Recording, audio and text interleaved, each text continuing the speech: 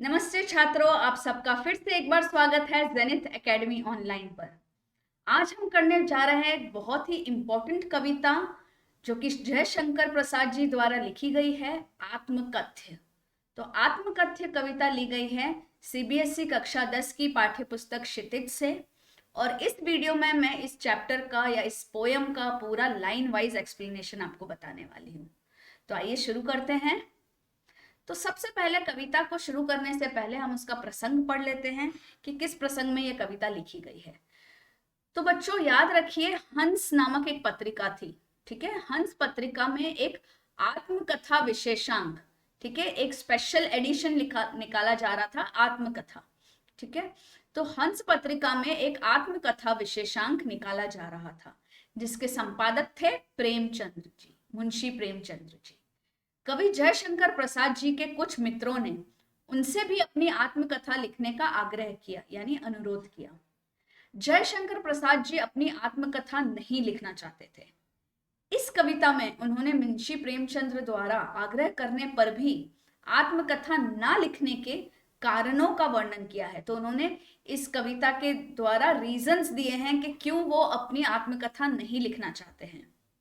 लेकिन दोस्तों के अनुरोध का मान रखते हुए उन्होंने अपनी आत्मकथा न लिखकर एक सुंदर कविता के रूप में यह आत्मकथ्य लिखी।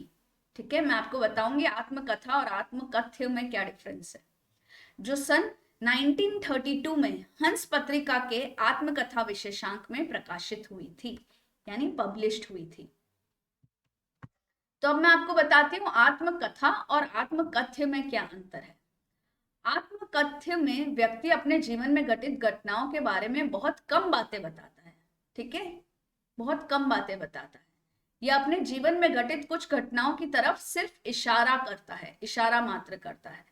जबकि आत्मकथा में लेखक को अपने जीवन में घटित सभी अच्छी बुरी घटनाओं को विस्तार पूर्वक, यानी इन डिटेल व पूरी सच्चाई के साथ लिखना होता है।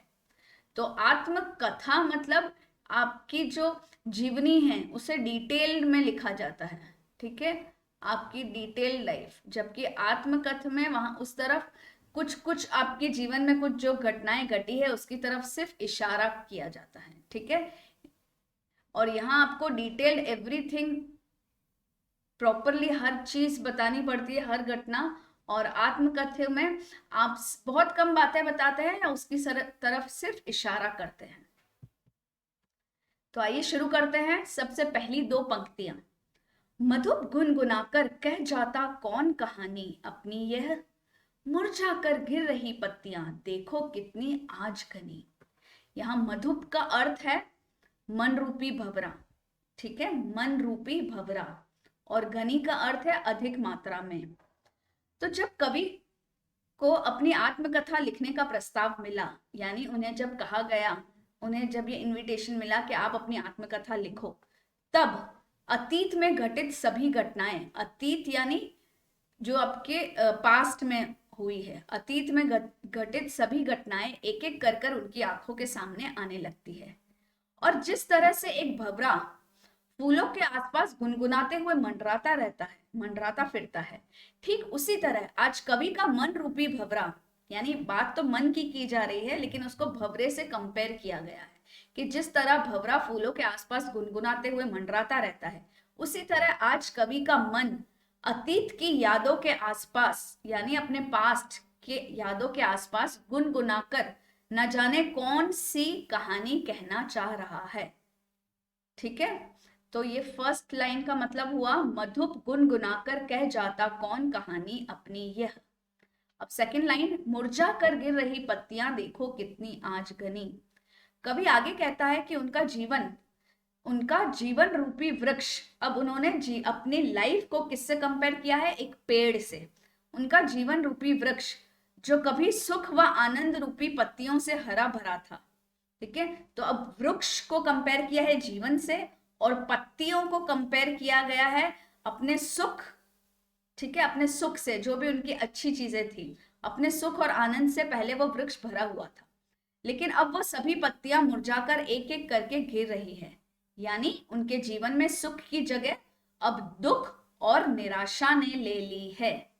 समझ आया कि उनका जो जीवन रूपी वृक्ष जो कभी सुख व आनंद रूपी पत्तियों से हरा भरा था, अब वह सभी पत्तियां मुरझाकर एक एक करके गिर रही है और उनके जीवन में सुख की जगह अब दुख और निराशा ने ले ली है। तो घनी का यहाँ अर्थ है कि बहुत अधिक मात्रा में, बहुत ज्यादा डेंस जब थी। ठीक है। इस गंभीर अनंत नीलिमा में असंख्य जीवन इतिहास, यह लोग करते ही रहते हैं अपने व्यंग मलिन उपहास। तो यहाँ अनंत नीलिमा का अर्थ है अंतहीन नीला आकाश, यानी बहुत बड़ा जो ब्लू आकाश है, जो आसमान है, जो एंडलेस है, उसे कहा है अनंत नीलिमा। जीवन इतिहास यानी जीवन का इतिहास, मतलब जीवन की हिस्ट्री, मतलब अपनी आत्मकथा। व्यंग मलिन यानी कटाक्ष युक्त मैला। ठीक है, व्यंग से यानी कटाक्ष से मैला हो चुका, व्यंग मलिन कटाक्ष युक्त मैला। उपहास मतलब मजाक।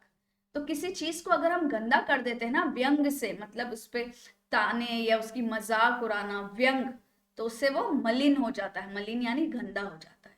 तो इन पंक्तियों में कवि कहते हैं कि हिंदी साहित्य रूपी इस गंभीर अंतहीन आकाश में, तो यहाँ इन्होंने किस दो चीजों को कंपेयर किया है? हिंदी साहित्य, हिंदी लिटरेचर को कंपेयर किया है उन्होंने बड़े से नीले आकाश के साथ। ठीक है, क्योंकि हिंदी साहित्य में भी बहुत सारे कवि है, बहुत सारे लेखक है और बहुत वास्ट है हिंदी लिटरेचर, राइट। तो कवि इन पंक्तियों में कहता है कि हिंदी साहित्य रूपी इस गंभीर अनंतहीन आकाश में ना जाने कितने ही लेखकों की आत्मकथा मौजूद है। ठीक है, इस गंभीर अनंतहीन नीलिमा में असंख्य मतलब अनंत, बहुत सारे जीवन इतिहास यानी कि आत्मकथा मौजूद है। यह लोग करते ही रहते हैं अपने व्यंग मलिन उपहास। तो और अब लोग इन महान लेखकों की आत्मकथा को पढ़कर उनकी कमियों का मजाक बनाते हैं और इस कटाक्ष से और इस मजाक से, ठीक है, हिंदी साहित्य को मैला यानी बदनाम करते हैं। समझ आई? तो मैं फिर से रिपीट करती हूँ। इन पंक्तियों में कवि कहते हैं कि हिंदी साहित्य रूपी इस गंभीर अनंतहीन आकाश में न जाने कितने ही लेखकों की आत्मकथा मौजूद है और अब लोग इन महान लेखकों की आत्मकथा को पढ़कर उनकी कमियों का मजाक उड़ाते हैं। हर एक इंसान में कमियां होती है और आत्मकथा में अगर कोई कमी उनको नजर आती है तो लोग उस पर कटाक्ष करते हैं, उसका मजाक बनाते हैं, उपहास। और इस वजह से हिंदी साहित्य गंदा हो रहा है, मैला हो रहा है, यानी बदनाम हो रहा है। तब भी कहते हो कह डालू दुर्बलता अपनी बीती, तुम सुनकर सुख पाओगे देखोगे यह गागर रीति। यहाँ दुर्बलता का अर्थ है कमजोरी, गागर का अर्थ है ऊंचे गले वाला घड़ा। देखिए इस तरह का जैसा घड़ा होता है ना, ये घड़ा है और इसका गला ऊंचा है। नॉर्मली ऐसे घड़े होते हैं, राइट। सो गागर कुछ इस तरीके से होता है। ठीक है, तब भी कहते हो कह डालू दुर्बलता अपनी बीती, तुम सुनकर सुख पाओगे देखोगे यह गागर रीति। तो गागर का अर्थ ये है और रीति का अर्थ है खाली यानी एम्प्टी। ओके, तो वर्ड मीनिंग समझ आ गया। अब हम पढ़ते हैं। यह सब जानते हुए भी, तब भी, है ना, पहले वाले पैराग्राफ से पहले वाली लाइन से इसको कंटिन्यू किया है। देखो पहली वाली लाइन क्या थी कि सब लोग उनकी कमियों का मजाक उड़ाते हैं। तो तब भी कहते हो, ये अपने दोस्तों से कह रहे हैं, कवि अपने दोस्तों से कह रहे हैं। किन दोस्तों से? जो उन्हें कह रहे हैं कि आत्मकथा लिखो। ठीक है, तो यह सब जानते हुए भी तुम मुझसे कह रहे हो कि मैं अपनी कमजोरियों व निराशा से भरे हुए जीवन के बारे में लिखूं और फिर अपना मजाक उड़वाऊं। देखो तब भी कहते हो कह डालू दुर्बलता अपनी बीती। ठीक है, तो इसका अर्थ है ये। नेक्स्ट लाइन देखो, तुम सुनकर सुख पाओगे देखोगे या गागर रीति। कभी अपने दोस्तों से पूछते हैं कि तुम्हें ये सब सुनकर या पढ़कर सच में सुख मिलेगा कि मेरा जीवन रूपी घड़ा, है ना, गागर एकदम खाली है, यानी अब उसमें कोई भी खुशी या सुख नहीं है।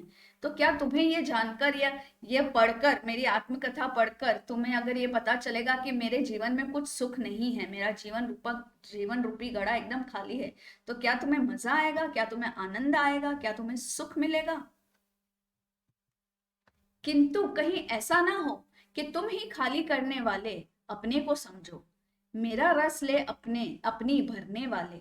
तो अब यहाँ कवि अपने दोस्तों को ताना मार रहा है, ठीक है।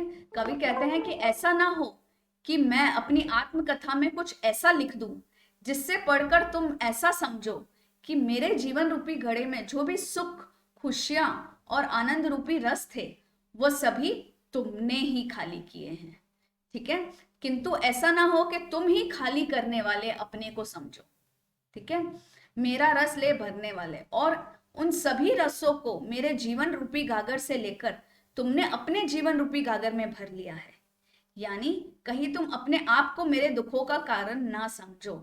तो इन दो पंक्तियों से हमें पता चलता है कि कवि के जो साहित्यिक या निजी दोस्त थे, उनके पर्सनल या साहित्य से रिलेटेड जो दोस्त थे, उन्होंने ही कहीं ना कहीं उनकी खुशियों को छीना था, और उनकी खुशी उसके गागर से लेकर खुशियां उनकी गागर में डाल दी थी। तो इन दो पंक्तियों से कहीं हमें उस तरफ इशारा मिल रहा है। फिर से पढ़ लेती हूँ। कभी कहते हैं कि कहीं तुम ऐसा ना समझो, यानी दोस्तों को कह रहे हैं कि कहीं तुम ऐसा ना समझो कि जब मैं अपनी आत्मकथा में कुछ ऐसा लिख दूं जिसे पढ़कर तुम ऐसा समझो कि मेरे यानी कवि के जीवन रूपी घड़े में जो सुख, खुशियां और आनंद रूपी रस थे वह सभी तुमने ही खाली किए हैं, और उन सभी रसों को मेरे जीवन रूपी गागर से लेकर तुमने अपने जीवन रूपी गागर में भर लिया है। यानी कहीं तुम अपने आप को मेरे दुखों का कारण ना समझो। इसीलिए मैं आत्मकथा नहीं लिखना चाहता हूं, क्योंकि मैं अनजाने में कहीं तुम्हें हर्ट ना कर दूं। यह विडंबना अरी सरलते हंसी उड़ा तेरी उड़ाऊं मैं, भूले अपनी या प्रवंचना औरों की दिखलाऊं मैं। तो विडंबना का अर्थ है दुर्भाग्य। सरलते मतलब सरल हृदय वाले, जिनका हृदय, जिनका दिल बहुत साफ और सरल है। प्रवंचना का अर्थ है छल प्रपंच यानी धोखेबाजी। तो फिर से हम पढ़ते हैं ये दो लाइन। यह विडंबना यानी यह दुर्भाग्य, अरि सरलते, सरलते मतलब सरल हृदय वाले, हंसी तेरी उड़ाऊं मैं, भूले अपनी या प्रवंचना यानी दूसरों की धोखेबाजी औरों की दिखलाऊं मैं। औरों यानी दूसरों की, तो दूसरों की धोखेबाजी दिखलाऊं मैं। तो जिस व्यक्ति का स्वभाव, बेसिकली जनरली क्या होता है कि जिस भी व्यक्ति का स्वभाव जितना ज्यादा सरल होता है, जितना ज्यादा वो सिंपल होता है, उसका लोग उतना ही ज्यादा मजाक उड़ाते हैं और उसे धोखा देते हैं। इसीलिए कवि कहते हैं कि ये दुर्भाग्य की बात है कि मेरे मित्र मुझे आत्मकथा लिखने को कह रहे हैं।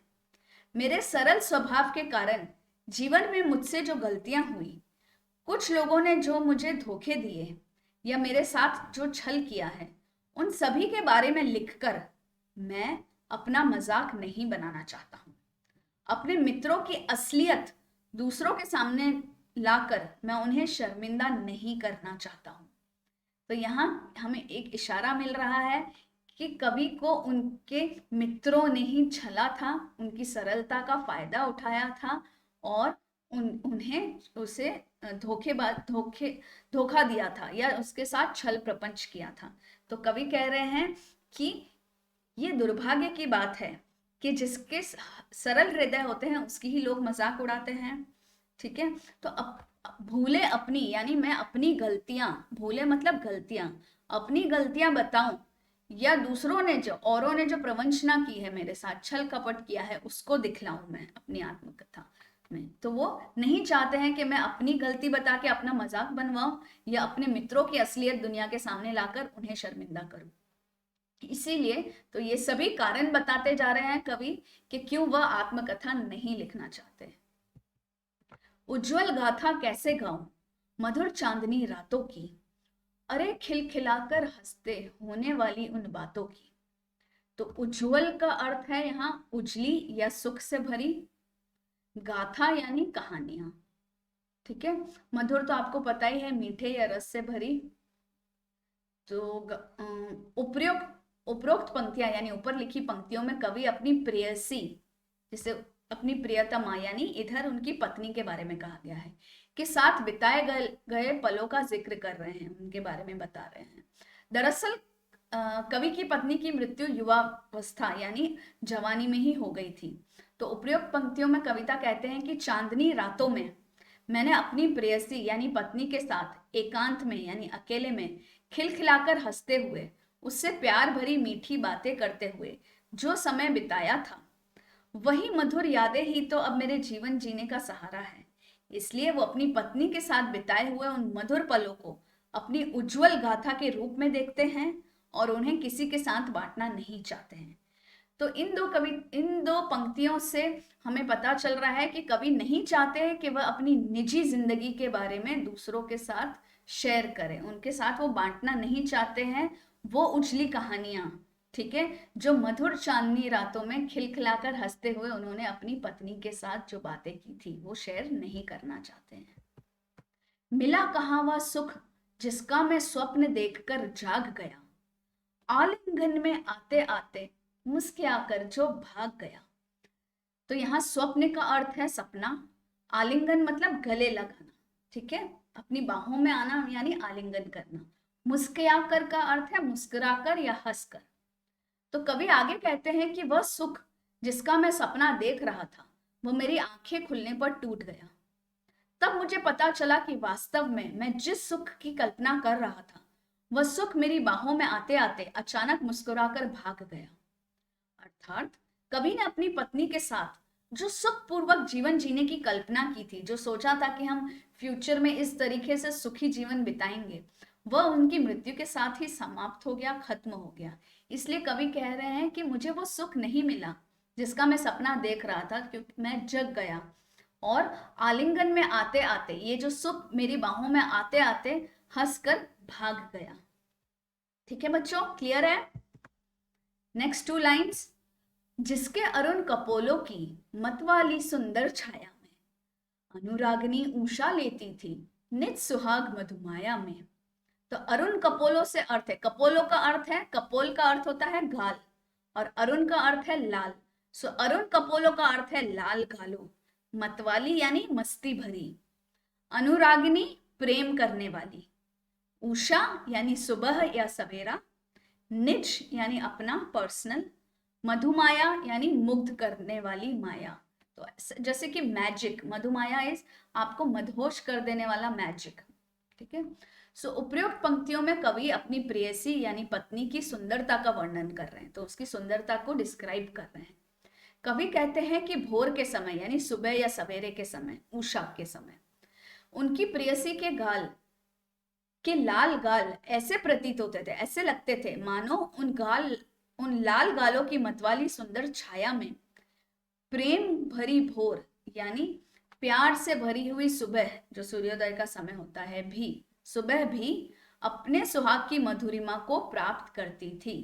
यानी उसके गाल में इतनी लालिमा थी कि उषा यानी सवेरा भी, उषा भी उसमें अपना निज, अपना सुहाग ढूंढती थी।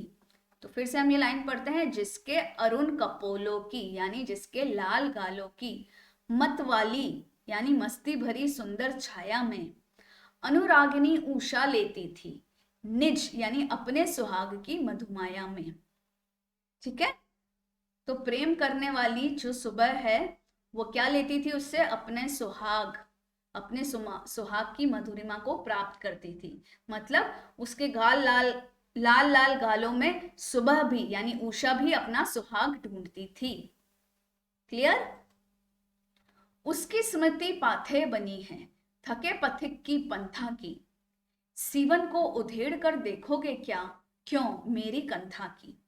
उसकी स्मृति, स्मृति का अर्थ है यादें, पाथेय, उसकी स्मृति क्या बनी है? पाथेय बनी है। पाथेय यानी सहारा बनी है। थके यानी थके हुए, पथिक यानी जो चल रहे हैं, जो यात्री, पथिक का अर्थ है यात्री, ठीक है, यात्री की पंथा की, पंथा यानी उनकी थकावट की। सीवन को उधेड़ कर देखोगे क्या, सीवन मतलब सिलाई को उधेड़ कर देखोगे क्यों मेरी कंथा की। कंथा का वैसे मतलब होता है जो हम ओढ़ते हैं ना, गोधड़ी, गोधड़ी जिसको हम बिछा के सोते हैं। तो सिलाई को उधेड़ कर देखोगे क्यों मेरी कंथा की। तो यहाँ कंथा का अर्थ, कंथा का मतलब दे रखा है अंतर्मन, यानी उसको रिलेट किससे किया है? अंतर्मन से, मेरे इनसाइड जो मन है मेरा। ओके, तो कवि कहते हैं कि उनकी प्रेयसी की यादें, उनकी प्रेयसी की स्मृति यानी यादें जीवन रूपी रास्ते में एक थके हुए पथिक यानी यात्री का एकमात्र सहारा है। और वो अपने दुख भरे जीवन को उन्हीं की यादों के सहारे जीने का प्रयास कर रहे हैं। यानी कवि ने अपनी पत्नी के साथ बिताए क्षण ही अब उनके जीवन का एकमात्र सहारा है, इसलिए कवि उन्हें किसी के साथ बांटना नहीं चाहते हैं। और लास्ट की लाइन में कवि पूछ रहे हैं कि मेरे अंतर्मन रूपी गुदड़ी की सिलाई को उधेर कर उसके भीतर तुम क्यों देखना चाहते हो, यानी मेरे दुखों को क्यों कुरेदना चाहते हो। ठीक है बच्चों, छोटे से जीवन की कैसे बड़ी बड़ी कथाएं आज कहूं, क्या यह अच्छा नहीं कि औरों की सुनता मैं मौन रहूं। तो कथाएं का अर्थ है कहानियां और मौन का अर्थ है चुप। तो कवि आगे कहते हैं कि मेरा जीवन बहुत छोटा सा है ना, छोटा सा जीवन की कैसे बड़ी कथाएं आज कहूं। ठीक है, छोटे से जीवन, मेरा जीवन बहुत छोटा है, उसकी बड़ी बड़ी कहानियां मैं कैसे लिखूं। अर्थात इस छोटे से जीवन में मैंने अभी तक सुनाने लायक कोई बड़ी उपलब्धि हासिल नहीं की है, तो मैं बड़ी बड़ी कहानियां कहां से लाऊं, है ना, जो मैं तुम्हें सुना सकूं। कवि आगे कहते हैं कि ज्यादा बढ़िया यह रहेगा कि मैं मौन रहकर यानी चुप रहकर अन्य लोगों की कहानियां या आत्मकथाओं को सुनूं। तो कवि यहाँ पे बहुत ही हम्बल हो रहे हैं। कवि कह रहे हैं कि मेरा जीवन बहुत छोटा सा है, तो मैं उसमें बड़ी बड़ी कहानियां तो लिख नहीं सकता हूँ। मैंने कोई सुनाने वाली ऐसी उपलब्धि नहीं हासिल की है जिसे सुनने में किसी को इंटरेस्ट हो, ठीक है, या रुचि हो। सुनकर क्या तुम भला करोगे मेरी भोली आत्मकथा, अभी समय भी नहीं थकी सोई है मेरी मौन व्यथा। तो व्यथा यानी मन की पीड़ा, मन का दुख या मानसिक कष्ट। तो कवि कह रहे हैं तुम मेरी आत्मकथा सुनकर क्या करोगे, क्योंकि मेरी आत्मकथा बहुत ही सीधी व सरल है, इसमें ऐसा कुछ भी खास नहीं है, या मैंने अभी तक कोई ऐसी उपलब्धि हासिल भी नहीं की है जिसे पढ़कर किसी को खुशी मिलेगी या जिसे पढ़ने में किसी को कोई रुचि होगी। तो सुनकर क्या तुम भला करोगे मेरी भोली आत्मकथा। नेक्स्ट लाइन है अभी समय भी नहीं थकी सोई है मेरी मौन व्यथा।